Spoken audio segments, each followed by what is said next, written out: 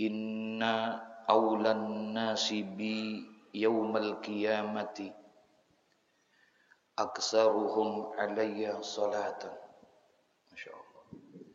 Hadis selanjutnya, yakni hadis yang masih membahas tentang fi fadilatis salati ala nabi Muhammadin sallallahu alaihi wasallam, tentang keutamaan, kelebihan daripada orang yang membaca salawat kepada Nabi Muhammad. Kemarin kita sudah membahas tentang sebahagian keterangan-keterangan hadis-hadis yang memberikan motivasi kepada kita sebagai tanda kecintaan kita kepada Nabi Muhammad adalah diantaranya dengan memperbanyak salawat kepada Nabi Muhammad. Siapa orang yang mencintai sesuatu, pasti dia akan banyak menyebut-nyebut nama yang dia cintai. Man ahabba syai'an fa aktsaru min zikrihi. Dan tentunya dari hadis ini Rasulullah sallallahu alaihi wasallam memberikan sebuah rangsangan kepada kita bahwa ternyata nanti yaumul qiyamah orang yang paling dekat itu adalah orang yang paling banyak bersalawatnya kepada Nabi Muhammad. Ada peluang buat kita. Memang benar kita belum pernah lihat Nabi Muhammad. Kita belum pernah berjumpa dengan Nabi Muhammad. Kita tidak pernah bertemu dengan Nabi Muhammad. Karena memang kita tidak hidup di zaman Nabi Muhammad. Tapi nanti insya Allah kita akan duduk bersama dengan Nabi Muhammad. Kita bersama dekat dengan Nabi Muhammad. Siapa mereka itu? Mohon maaf, ternyata orang yang dekat dengan Nabi Muhammad bukan orang yang tiap tahun pergi haji, bukan. Orang yang dekat sama Nabi Muhammad bukan orang yang setiap saat melaksanakan ibadah umrah, tidak. Orang yang dekat dengan Nabi Muhammad bukan orang yang hafal Quran 30 juz. Bukan orang yang hafal hadis ribuan hadis, tidak. Tapi Rasulullah sallallahu alaihi wasallam mengatakan katanya, sebagai tanda kecintaan yang hakiki kepada Nabi Muhammad adalah orang yang paling banyak bersalawat kepada Nabi Muhammad. Rasulullah mengatakan dalam hadis ini, inna awlan nasi bi yaumal qiyamah. Sesungguhnya manusia yang paling utama, yakni manusia yang paling dekat dengan aku, katanya yaumal qiyamah, pada hari kiamat, aktsaruhum alayya salatan, adalah mereka yang paling banyak bersalawatnya kepada aku, kata Nabi Muhammad. Masya Allah.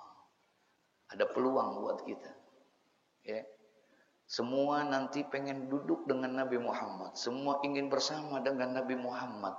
Karena nanti semua berada di bawah benderanya Nabi Muhammad.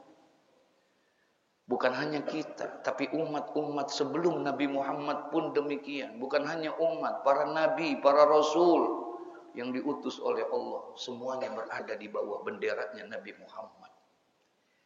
Kita akan berada di barisannya Nabi Muhammad. Dan insya Allah kita termasuk orang yang paling dekat dengan Nabi Muhammad. Dengan catatan kita orang yang paling banyak bersolawat kepada Nabi Muhammad. Insya Allah. Kata Syekh Nawawi Al-Bantani di dalam mensarahkan ini keterangan, apa katanya? Ai izhabun lizunu ay aqrabuhum minni fil qiyamati wa ahaqquhum bisafaati. Jadi mereka yang paling dekat dengan aku, kata Nabi Muhammad, fi yaumil qiyamah, pada hari kiamat, wa ahaqquhum bisafaati, dan yang paling berhak di antara mereka untuk mendapatkan syafaat dariku, kata Nabi Muhammad, aksaruhum alayya salatan fid dunya, adalah mereka orang yang paling banyak bersolawatnya kepadaku. Itu orang yang paling dekat dengan aku. Itu orang yang paling berhak untuk mendapatkan syafaat nanti yaumul qiyamah.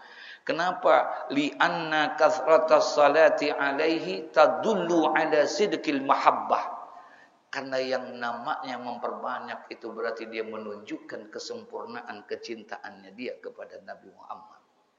Tinggal kita ukur lah, ya, batasan kecintaan kita sama Nabi Muhammad. Yakin Pak, kalau semakin banyak baca sholawat kepada Nabi Muhammad, maka akan semakin besar kecintaannya kepada Nabi Muhammad. Semakin banyak dia membaca sholawat kepada Nabi Muhammad, maka rasa mahabbahnya, rasa ta'zimnya kepada Nabi Muhammad itu akan begitu besar. Jangan lagi datang di makam Nabi Muhammad, jangan lagi berziarah di hadapan Nabi Muhammad, membaca sholawatnya saja kita sudah tidak kuat, saudara. Banyak meneteskan air mata karena kecintaan kita begitu besar kepada Nabi Muhammad. Wajar kalau mereka orang-orang yang banyak membaca salawat kepada Nabi Muhammad, apabila disinggung aja sedikit Nabi Muhammad, akan marah dalam dirinya, akan kesal dia. Kalau seandainya ada yang menghina Nabi, ada yang melecehkan Nabi, pasti dia akan marah. Tapi jangan heran, ada orang yang mengaku beragama Islam, dia mengaku seorang muslim, tapi ketika Nabi Muhammad dihina, ketika Nabi Muhammad dilecehkan, biasa-biasa aja dia. Dia enggak marah, dia enggak ini, enggak itu. Bahkan kadang-kadang dia bela tuh orang yang menghina itu dengan berbagai macam alasan, berbagai macam dalih. Kenapa? Wajar. Karena memang tidak ada kecintaan dia terhadap Nabi Muhammad. Wajar.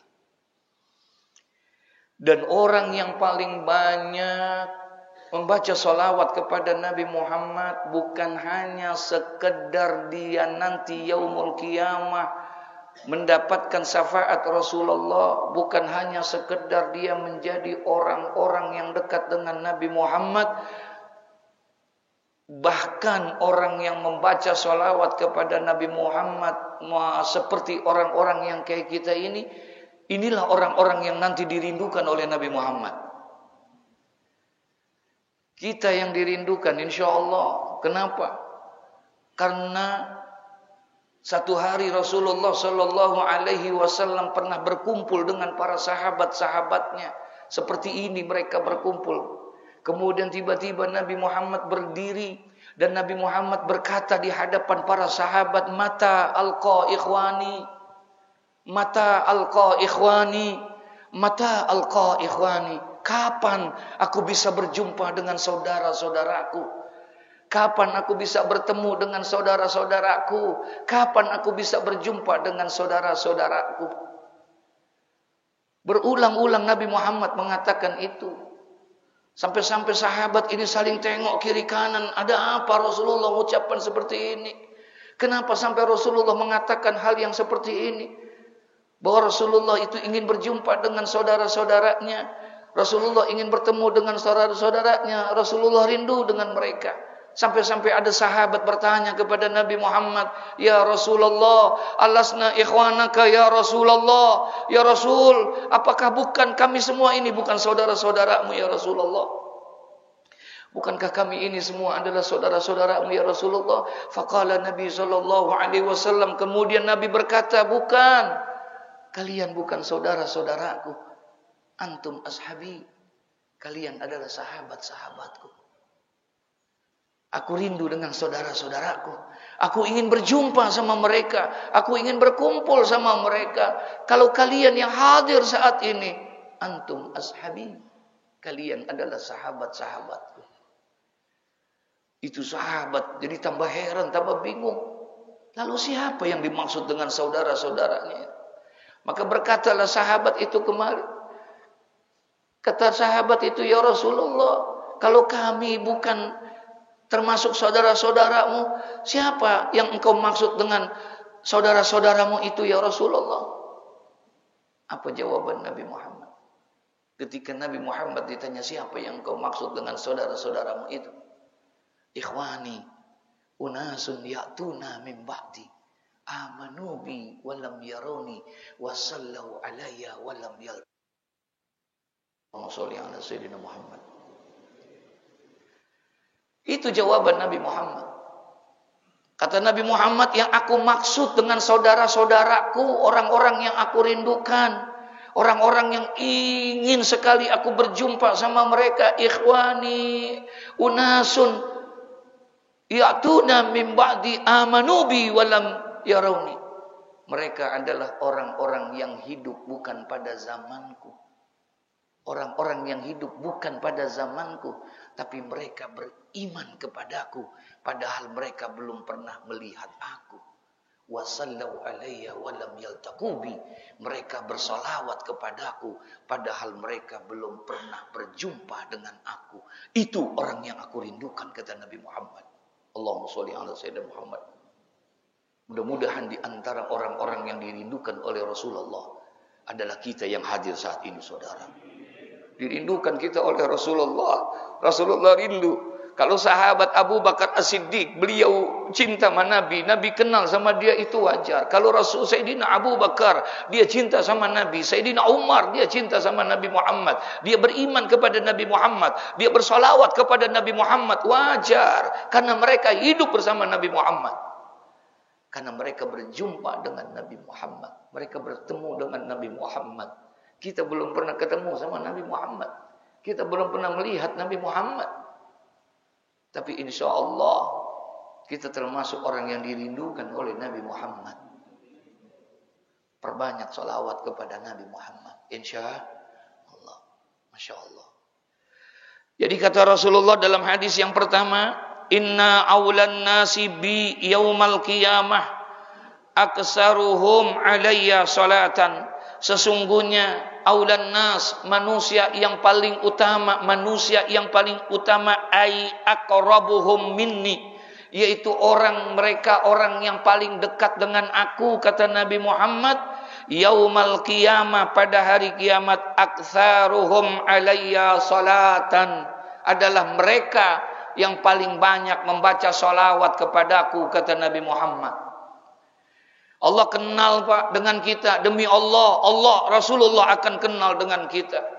Rasulullah tahu kita walaupun kita tidak hidup di zaman Nabi Muhammad. Kenapa? Orang yang membaca sholawat kepada Nabi Muhammad akan ada nur di wajahnya, akan ada cahaya di wajahnya, sehingga Rasulullah kenali semua umat-umatnya. Satu hari Rasulullah berkumpul dengan para sahabat-sahabatnya. Duduk Sayyidina Abu Bakar, Sayyidina Umar, Sayyidina Utsman, Sayyidina Ali, dan para sahabat-sahabat lainnya radhiyallahu ta'ala anhum. Duduk seperti ini. Mereka berhadapan semua dengan Nabi Muhammad. Mereka semua berhadapan dengan Nabi Muhammad. Tiba-tiba ada seseorang anak muda duduk. Datang dia terlambat. Pada saat itu Rasulullah lihat anak muda itu. Kemudian anak muda itu dipanggil oleh Rasulullah. Dipanggil anak muda itu oleh Rasulullah. Kemudian anak muda itu disuruh duduk di sampingnya Nabi Muhammad. Sementara semua orang sahabat duduk berhadapan dengan Nabi Muhammad. Tapi anak muda itu disuruh duduk di samping dia, Nabi Muhammad. Kalau duduk di samping orang yang terhormat, jadi terhormat tidak? Jadi terhormat, dia duduk di sampingnya Nabi Muhammad. Semua sahabat ngiri, saudara. Semua sahabat ini, itu siapa anak muda ini? Apa kelebihannya? Kok dia bisa disuruh duduk di samping Nabi Muhammad? Nabi Muhammad duduk di sini. Berkata Sayyidina Abu Bakar As-Siddiq, ya Rasulullah, apa keistimewaan anak muda ini? Apa kelebihan anak muda ini? Sehingga engkau dudukkan dia di sampingnya. Ya Allah, kita disuruh duduk di samping wali kota, senang gak kira-kira saudara? Kalau di samping RT, ya senang juga saudara. Masya Allah, nggak jadi KTP gitu. Ini suruh duduk di samping Nabi Muhammad. Sayyidina Abu Bakar tanya, apa keistimewaannya? Apa kata Nabi Muhammad SAW? Tidak ada di antara kalian yang hadir pada saat ini, tidak ada di antara kalian orang yang paling banyak bersolawatnya kepadaku kecuali anak muda ini, kata Rasulullah. Tidak ada di antara kalian yang hadir saat ini yang paling banyak bersolawatnya kepadaku kecuali anak muda ini, katanya. Abu Bakar nanya, dari mana engkau tahu? Kan gak pernah jumpa sama dia. Ini anak muda kapan baca solawatnya? Di mana baca solawatnya? Di rumah, di kantor, di pasar, atau di mana? Rasulullah gak pernah lihat. Kata Rasulullah, benar, aku gak pernah lihat dia solawat. Tapi ada cahaya dari wajahnya orang yang membaca solawat. Allahumma sholli ala sayyidina Muhammad. Ya Allah, ya Rabbana, Makanya orang yang paling pelit, Pak, orang yang paling pelit, orang paling pelit atau pelit, Pak? Medit, berbakhil, itu orang yang paling pelit itu bukan orang yang kalau diminta sesuatu enggak dikasih. Bukan itu orang yang pelit. Orang yang pelit itu kata Nabi al-bakhil, man zukirtu indahu alayya, orang yang disebut namaku kata Rasulullah, falam yusalli alayya. Orang yang disebut namaku di sisinya dia, tapi dia tidak mau bersalawat menyebut namaku, itulah orang yang paling pelit kata Nabi Muhammad. Rasulullah julukin dia jadi orang yang paling apa? Paling pelit. Masya Allah. Na'udzubillah min zalik. Wa qala sallallahu alaihi wasallam, bersabda Nabi kita Muhammad sallallahu alaihi wasallam, salatukum alayya mahaqatun. Kata Nabi sallallahu alaihi wasallam, salatukum alayya mahaqatun. Salawat kamu sekalian kepadaku kata Nabi Muhammad mahaqatun, adalah merupakan apa? Mahaqah, pelenyap, penghapus. Ya. Salawat kamu sekalian katanya adalah merupakan penghapus daripada apa? Katanya dikatakan izhabun lizunubikum kama yamhaqul ma'un nar. Ya Allah, kata Syekh Nawawi Al-Bantani, disarahkan, dijelaskan ini keterangannya. Apa kata beliau? Bahwa yang namanya salawat kamu sekalian kepadaku adalah merupakan pelenyap, yaitu izhabun lizunubikum, penghilang ya daripada dosa-dosa kamu, kama yamhaqul ma' nara, sebagaimana hilangnya, lenyapnya, matinya api karena apa? Air. Hilang tuh dosa-dosa kita sebanyak apapun. Insya Allah. Dengan sebab apa? Dengan sebab salawat. Ada hadis gini, Pak. Aksiru minas salati alayya, fa inna salatakum alayya maghfiratun lizunubikum. Perbanyaklah oleh kamu bersolawat kepadaku kata Nabi Muhammad. Fa inna salatakum alayya, karena sesungguhnya solawat yang kamu baca untuk aku, maghfiratun lizunubikum, akan menghapuskan dosa-dosa kamu sekalian. Allahu Akbar. Akan hapus tuh dosa-dosa kita. Mohon maaf, mungkin saya pernah cerita, pernah sampaikan juga, tapi ini memang bisa jadi motivasi buat kita, Pak. Beberapa waktu yang lalu, saya pernah diundang ceramah di daerah Jakarta Pusat sana. Diundang ceramah di daerah Jakarta Pusat. Nah, singkat cerita, sore sebelum acara, acaranya malam. Sore itu ada yang telepon saya, panitia. Dia bilang, Assalamualaikum, waalaikumsalam Pak Kiai. Mohon maaf Pak Kiai, mengingatkan nanti malam ada acara di tempat kami di Jakarta Pusat. Oh iya, saya ingat, insya Allah. Doakan mudah-mudahan saya bisa hadir. Saya bilang, baik Kiai, izin nanti habis maghrib kami panitia akan datang menjemput Kiai, gitu katanya. Oh iya baik.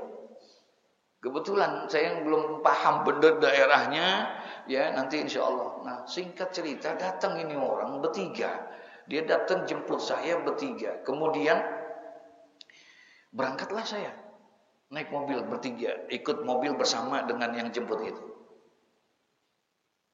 Nah, dua di depan, satu di belakang, berdampingan dengan saya. Nih ada anak muda duduk di samping. Maaf Pak. Di tengah perjalanan, anak muda yang di samping saya megang tangan saya. Kemudian dia bilang gini, Pak Ustadz, mohon maaf Pak Ustadz, tolong bimbing saya. Saya mau insaf, saya mau tobat. Gitu katanya. Dia pegang lagi mana? Mohon maaf Pak Ustadz, tolong bimbing saya. Saya mau tobat, saya mau insaf. 5 kali dia ngomong begitu. Diulang-ulang lagi dia. Saya hanya liatin saja nih orang. Kenapa? Sampai 5 kali. Akhirnya saya penasaran. Saya tanya sama dia. Saya bilang, Bang, maaf Bang. Kenapa Abang pengen tobat? Kenapa Bang pengen insaf? Maaf Pak Ustadz. Saya malu. Dosa saya udah kebanyakan. Saya udah zina, saya udah nyolong, saya udah minum, saya udah kena narkoba.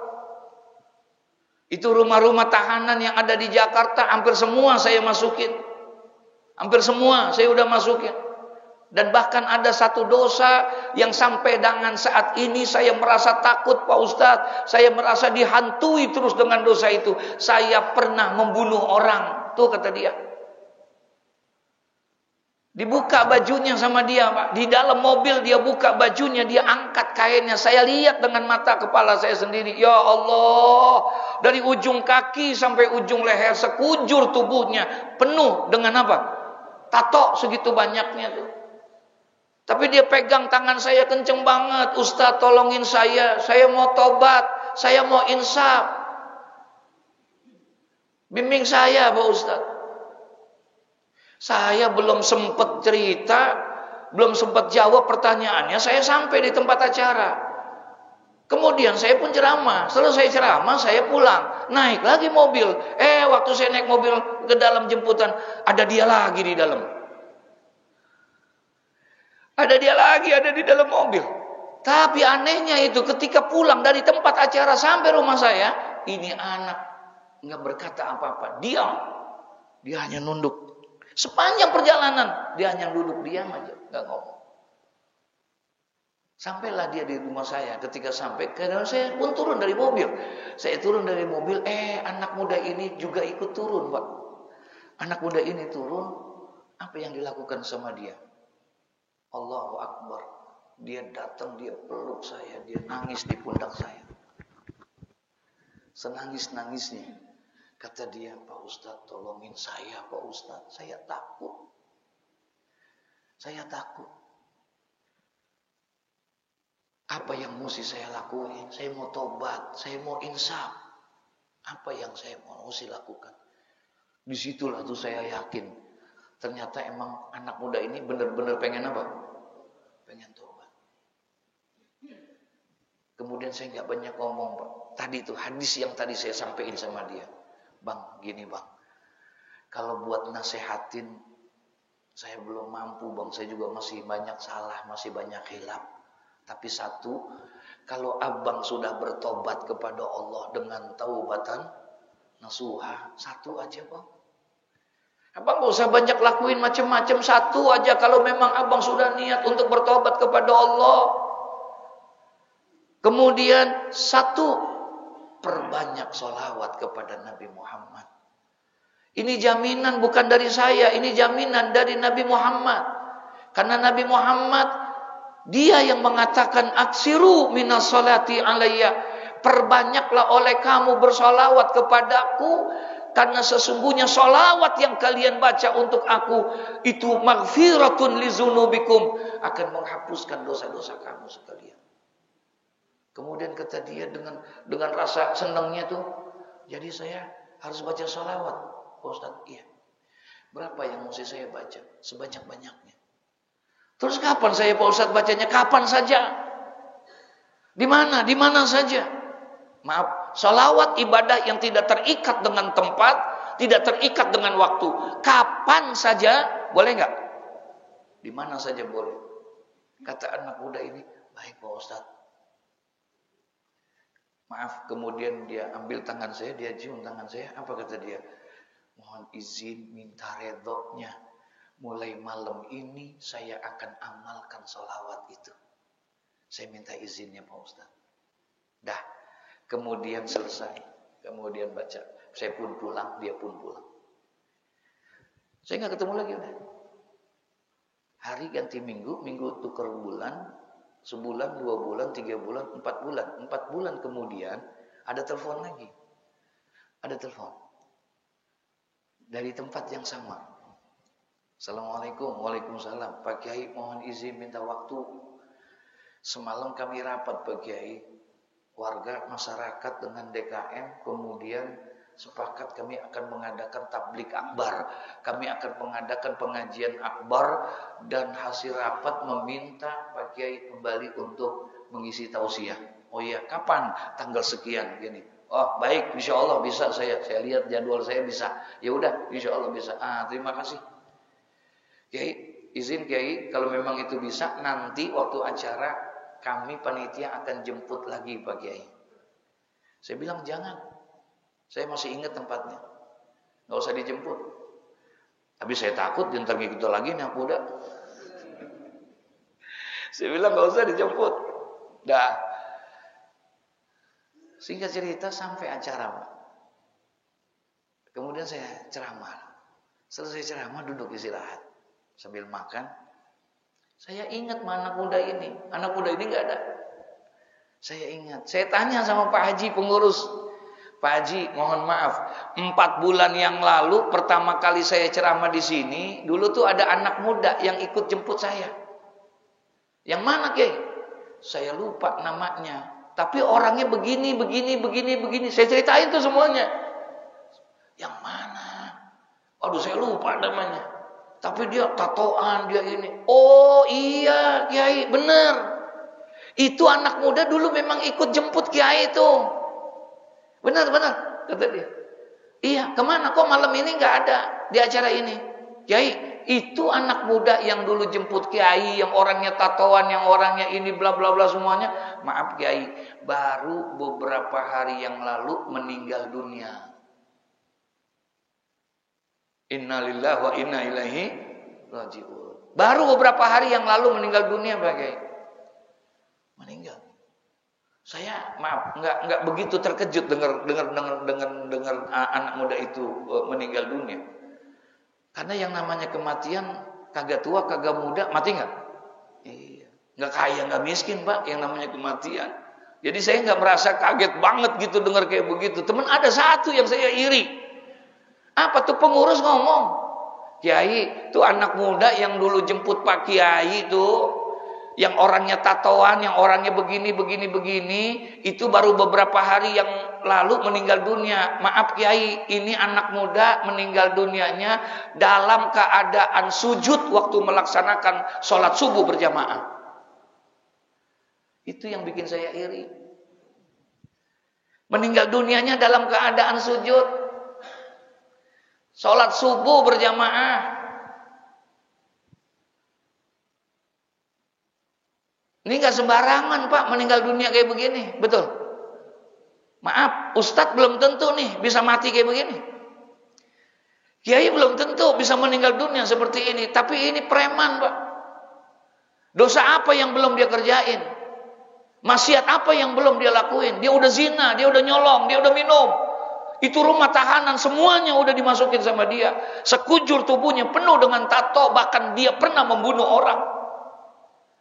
Tapi ketika dia bertobat kepada Allah dengan taubatan nasuha, Allah terima tobatnya, Allah angkat derajatnya, dan Allah muliakan dia dalam keadaan husnul khotimah. Mati mulia seperti itu. Ini husnul khotimah.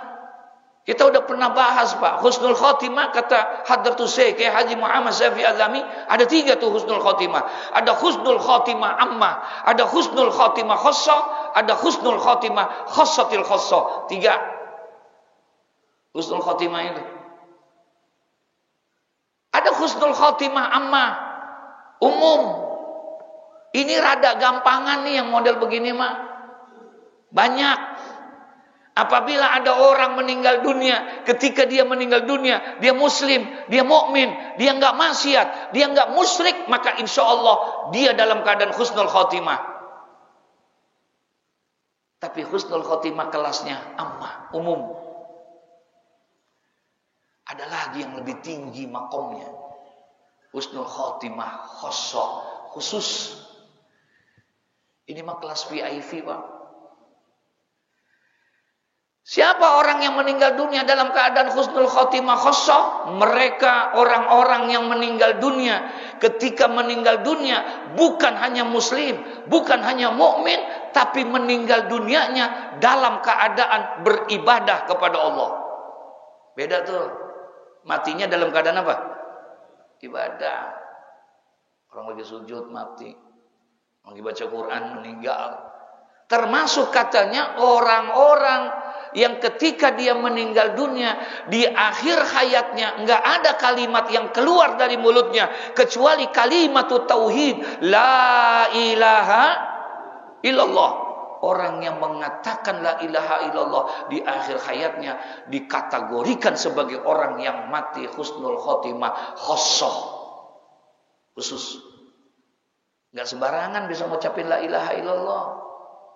Kalau sekarang bisa nggak? Halo? Kalau sekarang bisa nggak? Kalau sih bisa kita ngucapin. Tapi sanggupkah kita nanti di akhir hayat kita mengucapkan la ilaha illallah? Ntar dulu Pak. Nggak semua orang. Ini anak muda matinya kayak begitu. Sampai akhirnya saya tanya sama Pak Haji, maaf dah, 4 bulan yang lalu nih anak nangis-nangis Pak sama saya. Pengen banget insaf, minta dibimbing. Dia pengen insaf, pengen nangis-nangis sama saya. Nah sekarang saya lihat, saya dengar matinya kayak begini mulianya. Emang apa yang udah dikerjain sama dia? Kok begitu mulianya dia? Bisa meninggal dunia seperti itu. Apa kata Pak Haji? Kiai, maaf dah Kiai, itu anak muda. Orang kampung sini asli. Orang sini maka gak heran kalau ngelihat dia tiap hari, tiap malam berbuat maksiat. Gak heran. Emang udah apa? Emang udah kerjaannya? Kagak heran. Orang kampung sini kalau tiap hari ngelihat dia mabok, dia minum, dia judi, dia maksiat, kagak heran. Kagak. Orang sini tahu dia, emang orang kampung sini dia. Tapi belakangan ini Kiai kata dia, ini anak rada beda emang. Ini belakangan ini, beberapa bulan belakangan ini kata dia, ini yang ngomong pengurus masjidnya. Saya saksinya Kiai, ini anak muda belakangan ini nggak pernah ninggalin sholat berjamaah. Zohor, asar, maghrib, isya, subuh. Dia selalu sembahyang berjamaah di masjid ini. Dan hebatnya Kiai, tiap malam habis sembahyang isya, dia nggak pernah pulang. Dia datang menghadap ke saya, dia minta izin, Pak Haji, boleh nggak saya iktikaf di masjid ini sampai pagi? Minta izin tiap malam dia habis sembahyang isya, dia pengen iktikaf sampai pagi. Saya perhatiin, ternyata dia iktikaf tiap malam di masjid ini, dan dia nggak kerjain apa-apa. Karena memang dia baru ngeh sama agama. Ngerti ngeh gak? Dia baru ngeh sama agama. Dia baru mau tobat. Dia belum bisa ngapa-ngapain. Dia gak tahajud karena dia gak ngerti tahajud. Dia gak bisa baca Quran karena memang dia belum bisa baca Quran. Yang dia lakukan tiap malam hanya Allahumma sholli ala sayyidina Muhammad wa ala ali sayyidina. Ngapain? Hanya itu yang dilakukan sama dia. Tiap malam hanya sholawat kepada Nabi Muhammad. Itu doang yang dibanyakin sama dia. Terus sampai pagi Allahumma sholli ala sayyidina Muhammad wa ala ali sayyidina Muhammad. Dia nggak baca Quran karena dia nggak bisa baca Quran. Dia nggak tahajud karena dia nggak tahu bagaimana cara tahajud. Yang dia bisa hanya sholawat kepada Nabi Muhammad. Allah angkat derajatnya anak ini dengan berkat sholawat kepada Nabi Muhammad. Dimatikan dalam keadaan yang mulia. Masya Allah, enggak sembarangan orang bisa meninggal begitu. Betul. Pantas kalau malaikat Ijrail alaihissalam pernah datang kepada Nabi Muhammad, duduk di hadapan Nabi Muhammad. Malaikat Ijrail, sang pencabut nyawa, dia pernah datang kepada Nabi Muhammad. Fa'asnada rukbataihi ila rukbataihi. Dia adu dua dengkulnya dengan dengkul Nabi Muhammad. Faqala, kemudian berkata itu malaikat Ijrail. Apa kata malaikat Ijrail? Ya Rasulullah, man shalla alaika min ummatika. Ya Rasul, barang siapa yang suka banyak membaca sholawat kepadamu daripada umat-umatmu. Barang siapa yang suka banyak membaca sholawat kepadamu dari umat-umatmu, kata malaikat Jibril, kata malaikat Ijrail, saya bersumpah di hadapanmu, saya berjanji di hadapanmu ya Rasulullah, buat orang yang suka membaca sholawat kepadamu, ana akbidu ruhahu kama kabatul arwahal anbiya wal mursalin. Saya akan cabut ruh orang itu sebagaimana aku cabutnya ruh para nabi dan para rasul. Allahumma sholli ala sayyidina Muhammad. Berkat apa? Berkat apa? Sholawat. Dosa kita banyak apa? Halo? Dosa kita banyak enggak? Ada sekilo. Lalu dengan apa kita sudah hapusin tuh sholawat kita? Dengan dosa-dosa kita. Apa yang sudah kita lakukan? Untung menghapuskan dosa bukan syaratnya wukuf di padang Arafah. Kalau menghapuskan dosa syaratnya wukuf di padang Arafah, berat nggak? Ya Allah. Untung yang namanya menghapusi dosa itu bukan syaratnya bukan tawaf di Baitullah. Untung menghapuskan dosa itu bukan dengan tahajud tiap malam, Pak. Kalau itu jadi persyaratan, berat nggak? Berat nggak? Ya Allah, tahajud tiap malam, subuh aja lewat mulu. Astagfirullahaladzim. Tapi ternyata ada, Pak, yang bisa kita lakukan. Lagi bawa motor bisa, lagi bawa mobil bisa, sambil jalan bisa. Apa? Allahumma sholli ala sayyidina Muhammad wa ala ali sayyidina Muhammad. Allahumma sholli ala sayyidina Muhammad wa ala ali sayyidina Muhammad. Allahumma sholli ala sayyidina Muhammad wa ala ali sayyidina Muhammad. Bisa enggak? Bisa enggak? Insya tanemin dalam diri kita. Niatin. Dah, enggak apa-apa. Zikir yang lain enggak apa-apa. Tapi sholawat jangan kita tinggal. Salawat jangan kita tinggal. Itu aja kita banyakin semua segala macam. Terlalu banyak fadilah keutamaannya. Insya. Wa qala sallallahu alaihi wasallam man shalla alayya fi kulli jum'atin arba'ina marratan mahallahu dzunubahu kullaha ya Rabb. Kata Nabi sallallahu alaihi wasallam, man shalla alayya, barang siapa yang membaca salawat kepadaku fi kulli jum'atin, pada setiap hari apa? Ini hari apa nih? Ini hari apa nih? Jumat. Udah sholawat belum? Man shalla alayya fi kulli jum'atin, barang siapa yang membaca sholawat kepadaku pada setiap Jumat arba'ina marrah, 40 kali. Dia membaca sholawatnya 40 kali, mahallahu dzunubahu kullaha, Allah akan hapuskan bagi dia semua dosa-dosanya. Insya ya Rabbana. Allah akan hapuskan dosa-dosa daripada itu. Bahkan dikatakan di sini wa an Abdul Aziz ibni Suhaib an Anas ibni Malik radhiyallahu taala qala kuntu waqifan baina yada Rasulillah sallallahu alaihi wasallam. Kata Anas bin Malik nih Pak, sahabat yang cukup dekat dengan Nabi Muhammad.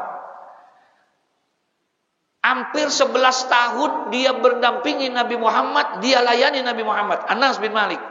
Karena Anas bin Malik ini umur 10 tahun sama ibunya udah dibawa ke rumah Nabi Muhammad untuk beriman kepada Nabi Muhammad, untuk berkhidmat dan melayani Nabi Muhammad. Umur 10 tahun udah dibawa mak-maknya Ummu Sulaim. Ummu Sulaim bawa tuh Anas bin Malik. 10 tahun dibawa. Ketika Nabi meninggal dunia usia 63 tahun. Anas bin Malik saat itu umurnya 21 tahun. Berarti kurang lebih berapa tahun? 11 tahun bersama Nabi. 11 tahun dia menabi. Dia bersama dengan Nabi. Dia layani Nabi Muhammad. Kata dia, apa katanya? Anas bin Malik bilang, kuntu waqifan baina yada Rasulullah sallallahu alaihi wasallam. Aku pernah duduk berhadapan bersama Nabi Muhammad. Faqala, kemudian berkata, man shalla alayya fi kulli jum'atin, barang siapa yang bersolawat kepadaku fi kulli jum'atin, pada setiap Jumat, sama nina marrotan, 80 kali. Kalau tadi berapa? 40 40. Ini kata Anas bin Malik, aku pernah duduk bersama Nabi Muhammad. Kemudian Nabi Muhammad berkata, man shalla alayya fi kulli jum'atin. Barang siapa yang membaca salawat kepadaku samanina marratan 80 kali, ghafarallahu ta'ala zunuba samanina sanatan. Allah, barang siapa yang membaca salawat kepadaku 80 kali. Setiap hari apa nih? Setiap hari Jumat, Allah akan hapuskan dosa-dosa dia 80 tahun. Umurnya kagak sampai 80. Paham maksudnya? Begitu besarnya tuh pahala yang Allah berikan buat, subhanallah. Kapan bacanya? Fi kulli jum'atin, tiap Jumat. Guru saya bilang, Mu'allim Syafi'i Azam itu bacanya kalau bisa sebelum khotib naik mimbar. Sebelum khotib naik mimbar. Waktu khotib belum naik mimbar tuh, sebelum Assalamualaikum warahmatullahi wabarakatuh. Sebelum khotib ngucapin itu udah selesai. Berarti kalau begitu datangnya siangan apa pagian? Halo? Pernah datang siangan gak Jumat? Pernah datang siangan gak Jumat? Emang sering banget gitu ya. Datang tuh sebelumnya, ntar nih datang. Setengah 11 kalau bisa kita udah datang, niat dari rumah. Al-Imam Al-Hafidz Jalaluddin Ibnu Al-Malibari itu tulisin dalam kitabnya itu, tiap Jumat pagi Jumat ya, malaikat tuh di pintu-pintu sedang duduk tuh. Bawa buku catatan rahmat, absen. Siapa orang yang datang di absen sama malaikat, lewat pintu-pintu dia masuk. Ditulis tuh, nih, si fulan si A, si fulan si B, ini kedua, ketiga. Tuh. Dia berhenti mengabsennya. Malaikat itu berhenti mengabsen. Kapan? Ketika khotib sudah menyampaikan khutbah. Udah naik mimbar, khotib udah assalamualaikum warahmatullahi wabarakatuh. Di situ berhenti. Enggak diabsen lagi. Jadi yang datang terlambat diabsen enggak? Diabsen enggak? Siapa ya? Ya Allah, ya Rabbana, dia absen Pak. Datang pagian. Dah emang kita lagi maaf, ada waktu, ada keluangan waktu, ya udah ambil datu tasbih. Insya habis mau baca suratul kahfi, emang kagak bisa. Mau baca suratul ini waqiah kagak bisa, udah. Datang dah kita. Allahumma sholli ala sayyidina Muhammad wa ala ali sayyidina Muhammad. Allahumma sholli ala sayyidina Muhammad wa ala ali sayyidina Muhammad. Apa saja boleh. Tapi di sini dibilang, menurut Syekh Abdul Qadir Jilani, kata Syekh Abdul Qadir Jilani, apa katanya? Zakara zalika Sayyidi Syekh Abdul Qadir Jilani, berkaitan dengan hadis yang seperti tadi. Kata Anas bin Malik, bacalah kata Nabi Muhammad, man shalla alayya fi kulli jum'atin. Barang siapa yang membaca salawat kepadaku setiap hari Jumat, samanina marratan, 80 kali. Berapa? 80 kali, ghafarallahu ta'ala lahu zunuba samanina sanatan. Allah akan hapuskan dia bagi orang yang membaca itu dosa-dosanya sebanyak 80 tahun. Qultu, kemudian Sayyidina Anas bin Malik bertanya, ya Rasulullah, kaifa salaitu alaika? Kaifa salatu alaika ya Rasulullah? Itu yang 80 kali bagaimana saya baca salawatnya? Paham maksudnya nih? Bagaimana saya baca salawatnya? Qala sallallahu alaihi wasallam taqulu, kemudian Rasulullah mengatakan, Allahumma sholli ala Muhammad abdika wa rasulikan nabiyil ummi. Baca itu kan salawatnya, Allahumma sholli ala Muhammad abdika wa rasulika nabiyil ummi. Berapa kali? Berapa kali? Bisa enggak? 3 orang yang jawab. Bisa enggak? Insya Allahumma a'inni ala zikrika wa syukrika wa husni. Minta Pak. Jangan sampai enggak minta tuh. Kelihatannya sholawat gampang. Siapa juga bisa baca sholawat. Betul ya? Allahumma sholli ala sayyidina Muhammad wa ala ali sayyidina Muhammad. Gampang baca sholawat. Tapi demi Allah, kalau tidak dengan pertolongan Allah, enggak akan bisa kita untuk membaca sholawat. Minta sama Allah, ya Allah, aku mohon kepadamu dengan pertolonganmu, bantu aku ya Allah, agar lisan ini menjadi lisan yang berzikir kepadamu. Allahumma a'inni ala zikrika. Tuh, minta doanya. Aku minta kepadamu ya Allah, tolong aku agar aku bisa berzikir kepadamu. Pantes kalau selama ini kita gak pernah berzikir. Kenapa? Emang kagak pernah minta sama Allah, gak pernah berdoa. Ya Rabbana. Wa qala Rasulullah sallallahu alaihi wasallam, ma min du'ain illa bainahu wa bainas sama hijabun hatta yusalli alayya fa idza shalla alayya ikhraqa zalikal hijabu wa rufi'a du'a. Masyaallah. Udah 5:30 lewat. Ini kalau diterusin bisa 7:30 nih. Terusin jangan nih. Terusin jangan. Dah, mudah-mudahan Allah panjangin umur kita. Allah berikan kesehatan kita. Insya Allah kita bisa mengamalkan, memperbanyak apa? Salawat kepada Nabi Muhammad. Dosa kita memang banyak, tapi rahmat Allah lebih luas. Allah bukakan pintu rahmat dengan satu pintu, yaitu bersolawat kepada Nabi Muhammad. Jangan berputus asa. Sebanyak apapun dosa kita, sebanyak apapun dosa kita, insya Allah Allah akan ampuni dosa kita. Mungkin kita belum bisa ke padang Arafah wukuf, mungkin kita belum bisa untuk tawaf di Baitullah, kita mungkin belum doyan yang namanya tahajud, kita belum bisa menghafal Quran, tapi dengan salawat kepada Nabi Muhammad, Allah ampuni dosa-dosa kita. Amin ya rabbal al-Fatihah.